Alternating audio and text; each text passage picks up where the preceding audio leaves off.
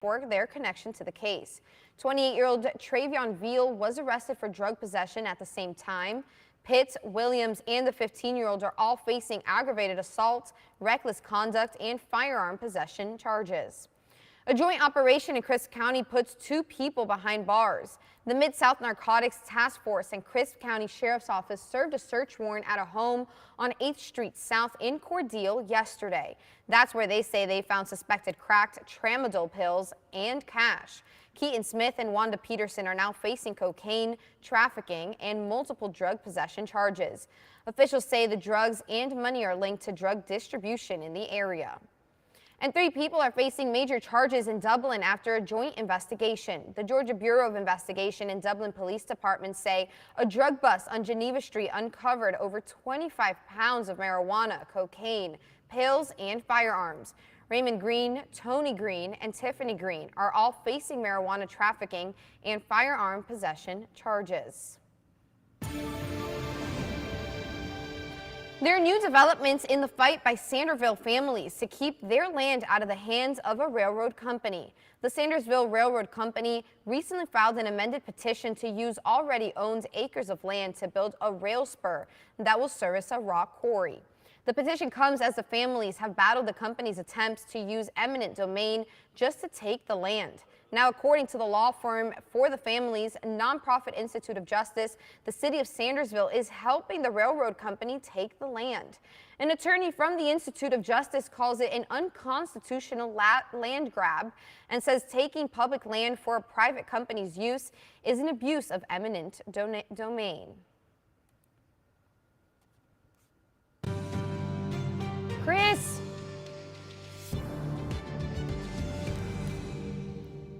Well, it's not just students who are getting ready to return to the classroom. Educators are as well, but the spotlight is once again back on schools that are still looking to increase their enrollment of teachers. The problems and disparities don't stop in general education. According to the National Education Association, 2017 marked a tipping point where openings outpace hires.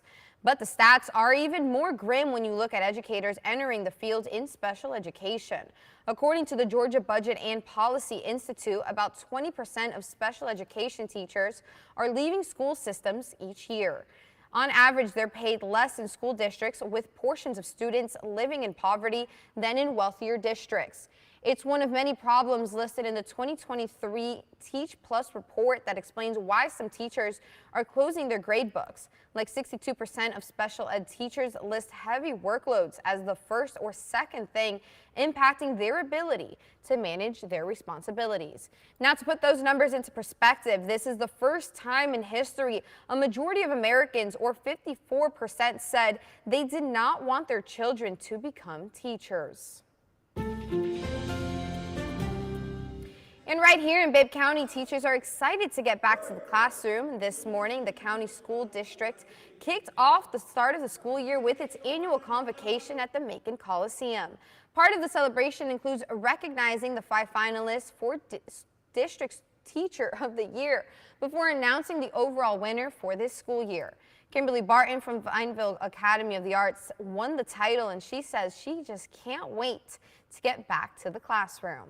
It's a fresh start for everyone. We have new faces, new teachers, and that's exciting.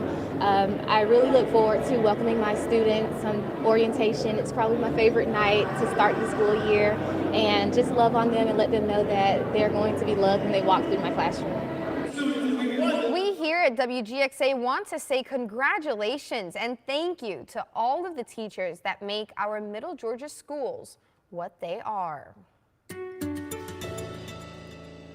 Well, another sweltering summer day as we're right in the middle of the typical hottest time of the year. And meteorologist Ryan Mirando joins us in the Weather Center saying it's here to stay. Ryan, send some cooling temps, I please. really need it as well. I'm still counting down the days to fall. I think we have 60 days now. I really would like some cooler temperatures. As looking out over Macon with our Wilson Bryant Heating and Air Skycast Network. Lots of blue skies out there, but it's very hot. Currently 97 degrees and a wider view with our temperatures showing that it is still very hot. 97 over in Jacksonville. And again, another day of triple-digit temperatures over in Texas. We will still be in the upper 90s and could potentially reach near triple digits as we round out the work week. week. Satellite radar, though, not showing there's a lot going on. We do have a few isolated storms out there, but not a lot of relief in form of any rainstorms or anything. So for the day tomorrow, basically copy paste the forecast, waking up with temperatures in the mid 70s, 75 degrees at 8 o'clock, 93 by lunchtime, and temperatures up into the upper 90s through the afternoon tomorrow. When you factor in the feels like temperatures, we could be nearing that triple digit mark. So definitely still want to take it slow tomorrow. So looking ahead at what's coming up, we're keeping that high heat. Rain chances do remain very low with this upper level ridge over top of us. That does bring the potential for some more dangerous heat wave. Likely could be heat wave number 3. I'll talk more about that coming up in your full forecast. Amanda.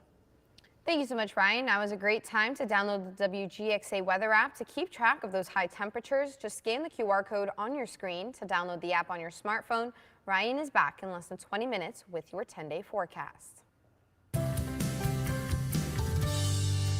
A decorated war veteran who served her country is now back in Middle Georgia to serve the business community through her nonprofit. Our Brianna Cook sat down with her today for this Middle Georgia Proud moment, and she joins us live now. Brianna? Amanda, after traveling the country, she tells me she's ecstatic to be back in Middle Georgia to help Black business owners. So it's kind of exciting to come back to Middle Georgia, where I used to serve my country, to go ahead and start serving my community. Veteran and nonprofit owner Nikki Porche is leaving her mark on Middle Georgia with her Buy From a Black Woman inspired tour. Porche was stationed at the Robins Air Force Base before being deployed to Iraq. She served in Operation Enduring Freedom and Operation Iraqi Freedom. But serving her country wasn't enough. She realized her community needed help. I realized that there's still a community here that is not being served. I know when I was living here, there's a lot of tools, a lot of programs that I would always have to travel to Atlanta to find to help me along my journey, whatever it was. So introducing this community to resources that's right in their backyard is very important. Porche took matters into her own hands by starting her own blog after being at an event with 0 Black vendors. I started off as a blog, and once a week I would buy something from a Black woman, and then I would challenge other people to buy something. And I'm like, well, did you buy from a Black woman today? Now, her nonprofit has grown to over 100,000 followers on social media. All this month, she's been traveling across the country to showcase Black women-owned businesses through her Buy From a Black Woman Inspire tour. And for me, it's important to be around people who motivate me, who uplift me, who inspire me. It's a month-long celebration of me just celebrating the people who inspire me, telling the rest of the world about Black women as well, and hoping that they too are inspired by the work that we're doing. Porche says you can easily support a Black woman-owned business in the community, no matter who you are. Something that you use every day that is just like, second nature. Replace that with a Black woman business or even a small business, something that's going to make a real impact on the community that you're living in, because this is the community that they're serving. So no, you do not have to be Black to buy from a Black woman. We want everyone to buy from a Black woman, because when you support a Black woman business owner, you support a whole community. You can find out more information on how to support on our website at WGXA.tv. Reporting live in studio, Brianna Cook, WGXA News. Great, thank you so much, Brianna. And one local aviation facility is celebrating a big milestone for the company. The Dean Baldwin painting facility at the Middle Georgia Regional Airport in Macon announces that it recently completed its first plane for UPS Airlines. The company specializes in stripping and painting commercial aircraft for big name clients like Delta, Spirit, United Airlines, and Amazon. Owner and CEO Barbara Baldwin says they're turning an annual profit of almost $30 million, and they're happy to bring some of that money to Middle Georgia. Well, all new tonight, one house in County City has found a new way to protect its K-9 officers. Perry is set to receive a donation of bullet and stab protective vests for their furry officers. Carlos Stevens brings us the latest. There's a bond that it's pretty much unbreakable with my dog. And I wanted to figure out some way, shape, form, or fashion to allow him to be protected as well as I am. Tyler Ward is a corporal with the Perry Police Department. His partner is Dagger, a K-9 officer with the department. Thanks to a generous donation from Vested Interest in K-9s Inc., Dagger will get a new vest to protect him. The project started while Ward was scrolling through social media. He found Vested Interest in K-9s and noticed they offered protective vests for law enforcement and military dogs. Ward says the vest for his K9 was sponsored by a couple from Galesburg, Illinois. Each vest costs $1,800. Dagger's vest will be embroidered with "Born to Love, Trained to Serve, Loyal Always." Perry PD has 5 K9 officers. All 5 will end up with donated vests from the organization. Ward hopes vests for K9 officers will become mandatory so they will always be protected because of a variety of situations they face every day. Anytime we deploy K9, it could be for multiple reasons. The Perry Police Department has K9s that are drug detection, explosive detection, and tracking dogs. So out of those 3 deployments, my personal opinion is that the tracking aspect of things is the most dangerous because that is when the dog leads us towards a potential suspect. Ward says it also offers a layer of protection to the community, such as finding missing people or murder suspects or homicide suspects or whatever, and capturing those suspects and people that deserve to be captured. The vested interest in K9 program is open to U.S. dogs that are at least 20 months old and actively employed and certified with law enforcement or related agencies. The group has provided over 5,000 vests in all 50 states with a value of nearly $7 million. And Anheuser-Busch is brewing up support for Georgia's fire departments. The company, in collaboration with the National Volunteer Fire Council, donated more than 42,000 cans of emergency drinking water to 18 fire departments across the state, 5 of which are here in the mid-state. This marks the 5th consecutive year of the partnership that aims to provide critical resources to firefighters and first responders during times of crisis and long incidents. And community health took center stage today at a joint event put on by the Macon-Bibb Planning and Zoning Commission and the Macon Transit Authority. The 2 entities sponsoring a blood drive and health and community fair at the terminal station on Cherry Street. Community resource groups set up booths to share information to visitors, while several of the healthcare agencies gave free services and information, all in an effort to make things easy. Well, it's a community health and community services type fair. Just an event to bring out all those groups together, and they give them a chance to share what they do with the community and the community members, and to try to bring everybody together in one place, make it easy for everybody. Other organizations and departments also talked about revitalizing Macon, increasing community participation, and focus group services. Well, the Little League Softball Southeast Regional Tournament is in full swing as games will continue throughout the week as each team competes for the 2023 title. The Warner Robins Little League team representing Georgia lost their opening round game today as they fell to North Carolina at the Little League Southeast Park in Warner Robins 10-2. They will play against South Carolina or West Virginia tomorrow at 2, and if they win that game, the team is still alive.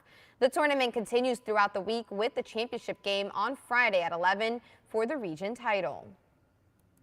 And back here at home, the Macon Bacon are taking Macon youth to bat during their youth camp. Players from 6 to 14 years old are learning the ropes from their favorite team members, and the players are getting to make connections with their fans. The head coach for the Macon Bacon says it's an amazing experience. I think the coolest part is being able to interact with, like I said, these players that we bring out here to work the camps. And these are guys that they show up and support in the stands and watch every night. They get to know their names. And so for them to be able to come here and be able to talk to them face to face and kind of build a relationship with some of the guys that they come here and watch every night, it's super cool. And Macon Bacon are hosting their 3rd home game of the week against the Forest City Owls tonight at 7. And the heat is really going to be ramping up once again over the next several days, where temperatures running 5 or 6 degrees above average. Tomorrow we're up to 97 degrees. Thursday even hotter, 98, but Friday looks to be the worst of it, up to 99 degrees. Feels like temperatures will be well into the triple digits, and even through the weekend, the heat is to stay with those temperatures in the upper 90s. So let's go out on our Wilson Bryant Heating and Air Skycast Network, looking out over Dublin. Bright sunshine today. It doesn't look that bad from in here in the air conditioning, but it is very hot outside. Current temperature 95 degrees, and it still have high humidity today. So it is creating a feels like temperature. Currently feels like 94 right now in Dublin, feels like 99 in Macon, 104 in Forsyth. and 100 also down in McRae. So it still definitely is a rather hot day, and the heat index is really only going to be increasing from here on out. Tomorrow and Thursday, we're into the low triple digits, so that's that extreme caution category. However, towards Friday and into the weekend, we're going to be above 105. That's when we're getting towards the dangerous heat. So if you have any plans looking ahead towards the weekend, have a way to stay cool, take some cold water with you. And an issue we're also having is we do have some low concentration amount of smoke in the air. Most of our air quality has been in the moderate category. This means generally most of us are unaffected, though if you do have respiratory issues, may want to monitor your symptoms if you're outdoors for multiple hours over the next few days. But look out over the tropics right now. The ocean temperatures have been remarkably warm, so there's a few areas that we're keeping development. However, with El Nino in place, a lot of the storms aren't able to form and don't have a high chance of formation. This first one here off the coast of Florida, about a 10% chance of formation. The second one here in the tropical Atlantic still only has a 10% chance of formation over the next 7 days or so. And a third one that we're watching off from the coast of Africa, very long way away, but still a low chance of formation, only about 20% chance, thanks to some of that wind shear that's breaking up some of the storms. Back here at home, though, for the day tomorrow, copy paste forecast from today, up to 72 degrees at 7 o'clock, 94 at 1, going for a high of 97 degrees. So it still will be definitely a very hot day, and the heat will only be ramping up. Likely we'll have another dangerous heat wave coming starting on Friday. So in your 10-day forecast for your Wednesday, it's mainly sunny, 97 degrees. Rain chances are very minimal over the next few days. We have this upper level ridge, that heat dome over top of us, which suppresses some of the storms, but also brings that heat. Thursday, sunny and hot, up to 98. Feels like temperature is back up in the triple digits. Friday is very hot. We're increasing that humidity, 99 degrees. It feels like temp up near 106, 105 degrees. We could see some heat advisories that are issued. So looking towards the weekend, if you have any outdoor plans, take it slow, have some water, find a way to stay cool. It's going to be very hot and humid, 98 on Saturday. A few isolated storms are possible on Sunday with a high of 98. And we're keeping that heat straight through the next work week. Heading back to school for some, 99 on Monday, isolated storms, and Tuesday, continued hot, 99 degrees as well. Our average high for this time of year is only 94. So lastly, here's your Harrison's Body Shop fishing game forecast. Peaks twice in the good category at 8 a.m. and 9 p.m. Well, good afternoon, everyone. I'm Gary Thigpen, and I'm back here again at All of Our Animals here in Macon Bibb, and I'm joined again today with Lisa, and we also have Ellen with us today, and we have a very special dog we're going to present to you today. Who is this? We have Lydia. Lydia. And Lydia is, her story's kind of sad, but we're praying for a good, happy ending for her. Oh. She was in a kill shelter, and her time was up. And so, thankfully, my friend Ellen here agreed to foster her. Fostering is so very important, and it saves Lydia's life. She's about 2 years old. We think she's a boxer mix. Let me tell you, if you like to work out, if you like to walk, run, hike, this is your exercise buddy right here. She has a lot of energy. She loves to play. Ellen said she can sit, and she just knows commands, and she's very, very smart. And look how calm she is. She's such a sweet girl. So, folks, let's go ahead and find Lydia a good home. And Lisa, if someone would like to adopt Lydia, how do they go about doing that?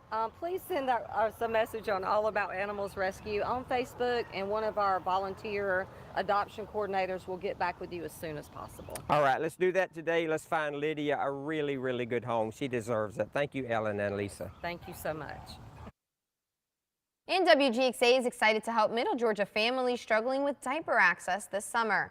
The WGXA Summer Diaper Drive is part of our local Sinclair Cares initiative. You can help out by scanning the QR code on your screen to make a financial donation, or you can head to one of our donation bins at 6 Kroger locations across Middle Georgia or the Vineville Baptist Church to drop off diapers. All proceeds will benefit the Colby Center in Macon.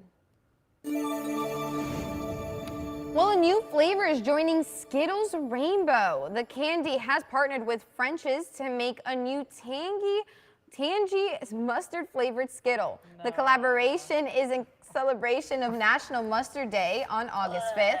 Now, unfortunately or fortunately, the new Skittle will only be available at French's Mustard Mobile in select cities. It's making stops in Atlanta on July 31st, Washington on August 2nd, and New York on August 5th.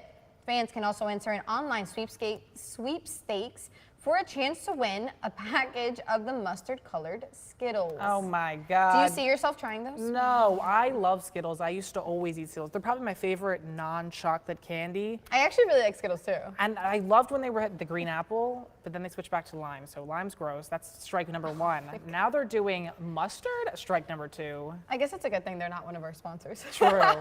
We love Skittles, but I don't know if I would try this.